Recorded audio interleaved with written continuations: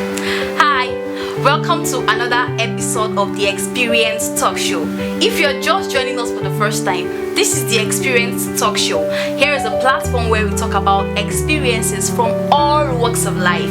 I remain your host, Delight Abel. Please sit tight. Today is going to be a beautiful journey as we talk about something very, very important. Before then, let's go on a quick break, and when we get back, we'll unveil what we have for you today. Please stay tuned. Hi, my name is Oluwashie and you're watching the Experience Talk Show. Are you willing to share your life experiences with us? Simply call or send a DM to the contact on your screen. Keep watching the Experience Talk Show, and the entire Experience Talk Show loves you. Welcome back from that quick break. How are you doing? I believe you're fine. For me, I'm fine as well. So today I would like to talk about something, and you can see that I'm the only one here in the studio. You may be surprised. Where is my co-host? Where is a guest? Well, today is going to be just a single session with me and you watching out there. We're going to be talking about something I called frequently asked questions by young people. We have young people everywhere, at home, in the office, at school, and they're asking questions every single day. What are those questions? So I've been able to draw some questions from people both online and definitely online. And here are the questions I'll be addressing them. We would be addressing them together. The first question I have here is, do I have to fail? This is a question by a young person. Now permits me to share experiences, both personal experiences and also experiences from these people. After all, this is the Experience Talk Show. So the question is, do I have to fail?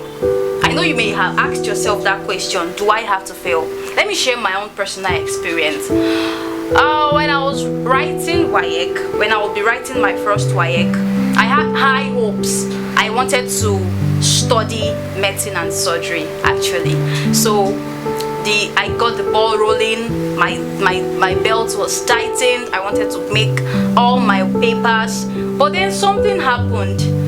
When I wrote my JAMB, my first JAMB, it was sad because I didn't get the desired cutoff mark, the desired score I wanted. I wanted 250 above, but you won't believe, I had 193. So that was actually it brought me so down, because I felt this shouldn't be happening. Do I have to? In quotes, I told myself, as far as JAMB is concerned, Delight, you failed this JAMB.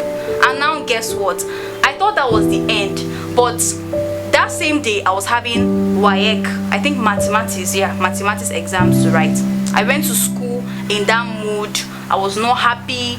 I wasn't talking to anyone. I had failed woefully. I had disgraced my future. That was what I felt. So after writing that WAEC, when WAEC result came out, guess what?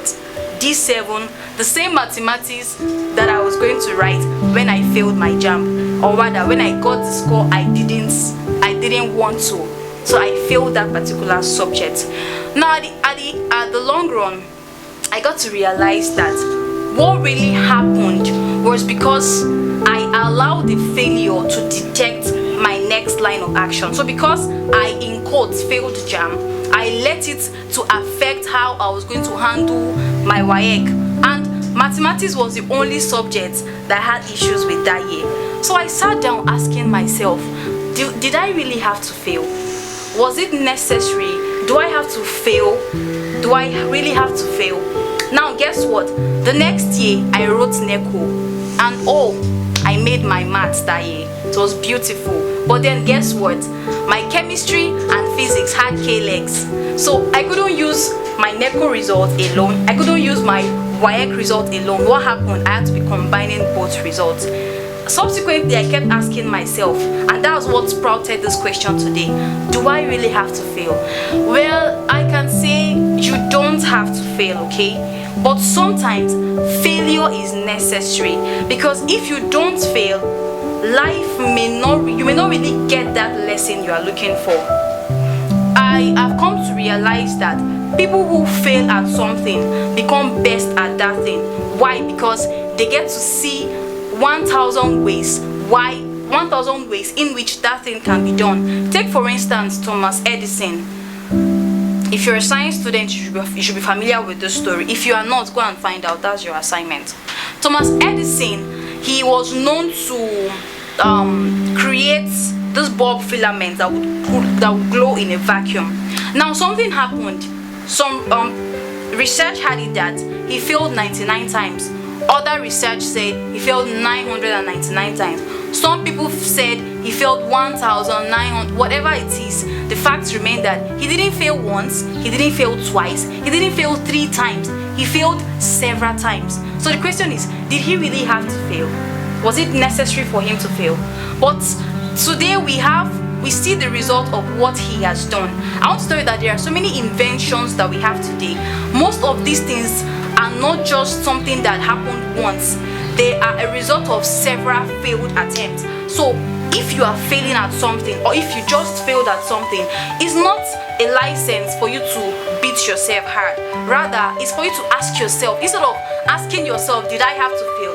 Ask yourself, how can I move on from here? What do I need to do so that this will not repeat itself? And if eventually you fail again, I'm sorry, but you still have to pick yourself up. The issue is not in failing. The issue is when you fail and remain at that failed state. I believe I'm communicating a very important message here.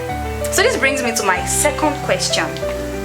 The second question says, does it have to end? Does it have to end? Maybe you started a venture, something very beautiful, and you realize that due to the several failures and all of that, you realize that this thing may not work again. Let me tell you something. Do not be afraid to quit if need be. Do not be afraid to start all over again. Alright? Do not be afraid. So sometimes it may have to end for you to start all over again. Sometimes you may need to re-evaluate to see how you can go back on track on that particular thing that you seem to be failing at, or that seem to be coming to an end. I am trying to see how we can make good use of our time, so I will not exceed the time I have here. The third question I have from these same young people, someone is asking, why do I feel afraid about starting out? This may be your question, or this may be a question that someone will ask you tomorrow. Why do I feel afraid to start out? This was also my plight a few years ago. I wanted to start. I realized that each time I want to start something, I'm always scared. There is this fear of the unknown. Okay, what if I fail? What if? I realize that most young people do not want to fail at all. They always want to get everything right. They always want to move with that pace. Yes, I'm a success. I'm success. It's beautiful, but let me not digress. Rather, so the question again says, why do I feel afraid about starting out? The reason you feel afraid about starting out is you don't believe in yourself. You feel you can't achieve what you want to achieve. So that's one reason why you are afraid of starting out. And the thing is, you want to have everything all figured out. But I tell you, you won't have everything all figured out. When I would be coming into school for the first time, I was very scared. I stay in Lokoja currently, but I'll be coming into Lokoja for the first time and I was very scared. What does this land hold? Okay, can I really get it here? Can I really make it through school? I was scared of coming into school. And guess what? I came into school with that fear. But I realized that my first semester in 100 level was actually one of the best semesters so far, apart from other ones I've had. Why? Because I put down my fears and decided to set to work. Because I came with the mentality of, this school thing, it either works or not. It either works or it works. So that's it. I decided that I will not allow that question, why do I feel afraid to start out? I will not allow it to become the order of the day. I will not allow it to have the final say in my life. I believe you are getting this. So at this point, I believe we can take a quick break. Alright, let's take a quick break. And when we get back, I'll be addressing a few other questions that young people ask, and then we'll call it a wrap for today. Please don't go anywhere. We'll be right back. Hi, my name is DC and I am the CEO of People of Cooking. Right about now, they get one exciting thing where they go on what I want to tell you about. This thing where you see like this, no be just for elderly people. Now something where we say both younger children, mama and papa for house, the ones waiting for hospital, the ones where we say anywhere you dey for this life, you go feel watch am. Not be any other thing I want to talk to you about now, but the Experience Talk Show. This show na show where they go on for Facebook, YouTube and all other social media platforms where they talk about life experiences. They go invite people come, some na faces where you dey familiar with, and other ones na the ones where you never even know before, wey go come talk about their life experiences, the mistakes wey they do along the journey, the things wey they achieve, for the sacrifices wey they do, and many more. Kindly subscribe, follow to all their social media pages to watch all the exciting episodes wey be say they go dey bring come give you now. Don't forget to like, subscribe and follow the Experience Talk Show on all their social media platforms. Bye for now and God bless you.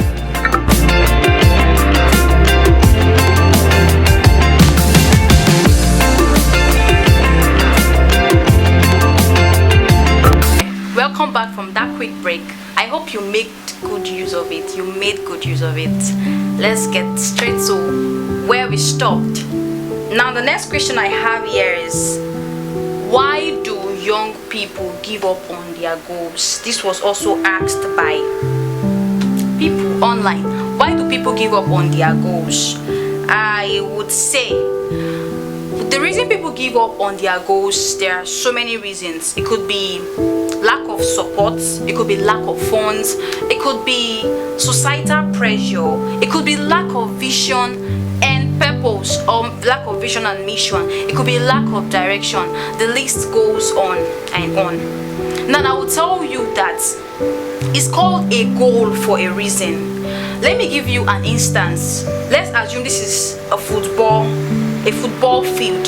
The aim of every player is to score a goal. So if all the dribbling and all of that is just to score a goal, if there is no goal, then the players are not happy. If one person loses, the other person wins. So that's just how you should see your goals. The aim is that you need to achieve it. That's why it's called a goal. It's something that you should achieve.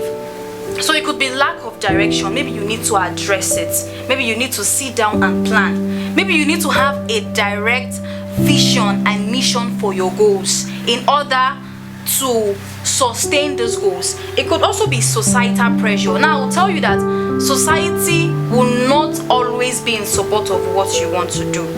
So society will not always be in support. Let me tell you something that happened with someone. I would keep her name confidential for some reason. So let's call her X.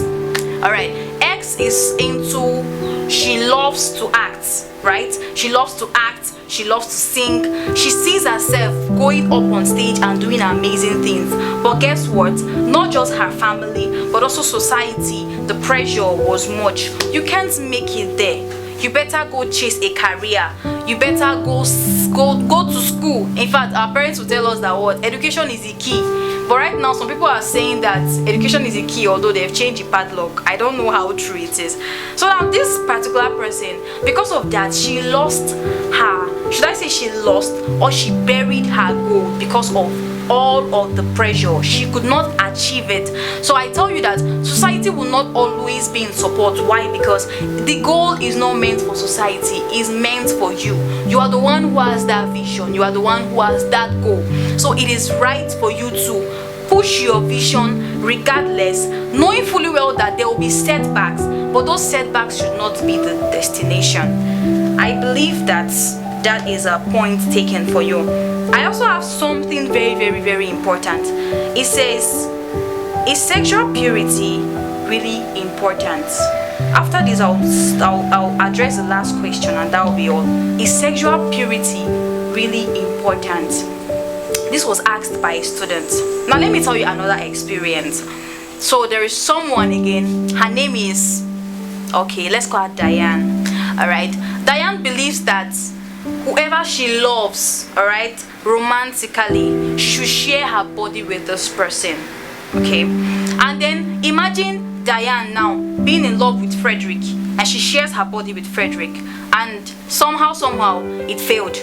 And then Diane would now move on to someone else, the next person available.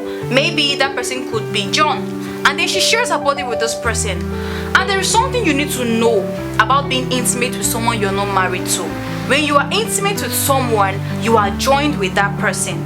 Alright, you are joined with that person. So imagine being joined to this person and this person and this person and this person.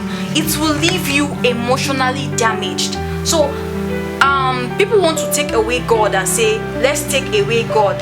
Sexual purity is old school. But I'll tell you that if you choose to take away God from the equation, the truth remains that you go ahead sharing your body and doing all manner of things you want to do with the opposite gender. You are actually setting yourself up for emotional damage. So you don't want to have your emotional well-being ruined. You don't want to walk around with that feeling of depression. You don't want to walk around with that feeling of low self-esteem. You don't want to walk around with all of that. You don't want to walk around with so many baggages. So I'll tell you, sexual purity is possible. And then there's something that our young people do right now. They call it situationship. I don't know what to say about that, but I tell you, if you like yourself and you want to have a direction-filled life, please stop all this situationship and stick to someone. If you've not found the right person, then move on, keep building. I don't believe in this thing called situationships, because most times these things don't end. They don't end well. They rather leave you emotionally damaged. Alright, so this brings us to our final question. The final question is, what is the best definition of success? So, what is success to you? I know if I want to ask you, define success, you would not define success without mentioning the likes of Mark Zuckerberg, late Dr. Miles Monroe, and Thomas Edison, all those people who have done remarkable things in time and history. But I tell you that success to you and success to me is doing that which you are meant to do at the right time. That is what success is. It's not really something very, very big. Alright? These people who you see making waves, they started being successful at little things. So you have something you want to pursue. By the time you pursue it, as insignificant as it may seem, and you are successful at it, maybe it has to do with your life purpose, and you are successful at it, I tell you, that is success. So that is how success grows. So you don't just wake up, boom, and become those big top people. You can actually be your own successful person by doing that which you are meant to do, not that which everybody is doing, but that which you are meant to do, and you give it your best. And that is what success is. I believe we've had a great time so far, and I believe you may have other questions. Please and please, the comment section is open. Throw your questions. Fire us. We want to be fired. Throw your questions.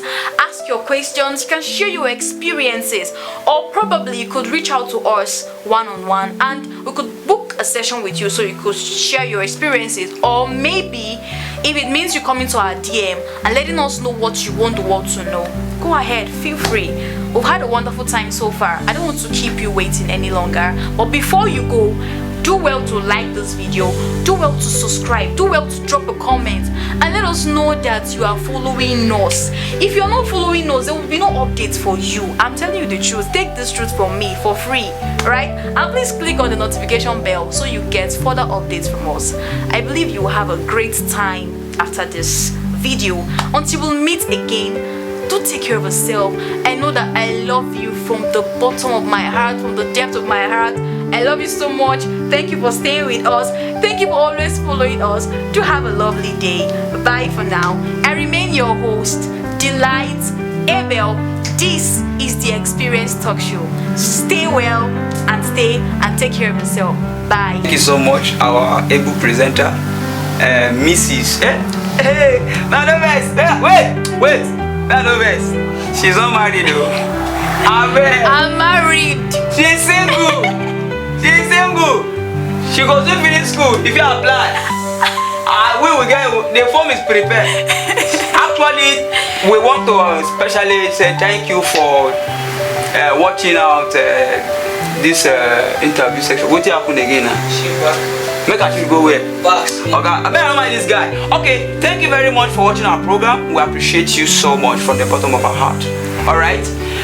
We'll say thank you also for being patient with us all this while. Thank you so much. And we promise you that we'll keep on doing better. You understand? And if there's any suggestion you have concerning this program, please do let us know. But you can type it in the comment section. We are ready to receive our own correction anywhere. So long as you don't put yourself on top. So long as no use us, do snooker. I beg. No come talk with you go fit provoke us. But if you have any suggestion, just throw in there. We will pick up. We go try our best. Do you understand? And based on this particular program when I just watched like this, so if you have any question concerning her, I better drop inside the comment section. And again, if you feel like you have something to say more, I want to appear before the audience like this as we talk now. Do you understand? Just DM us. We will definitely create time for you. Please, thank you very much, and do have a very lovely day. My regards to your family members. Then we are greeting from the Experience Talk Show. From the bottom of our heart. In case anyone say, just DM us and tell us their feedback. Thank you very much for watching. God bless you. Bye. Peace out. Peace out.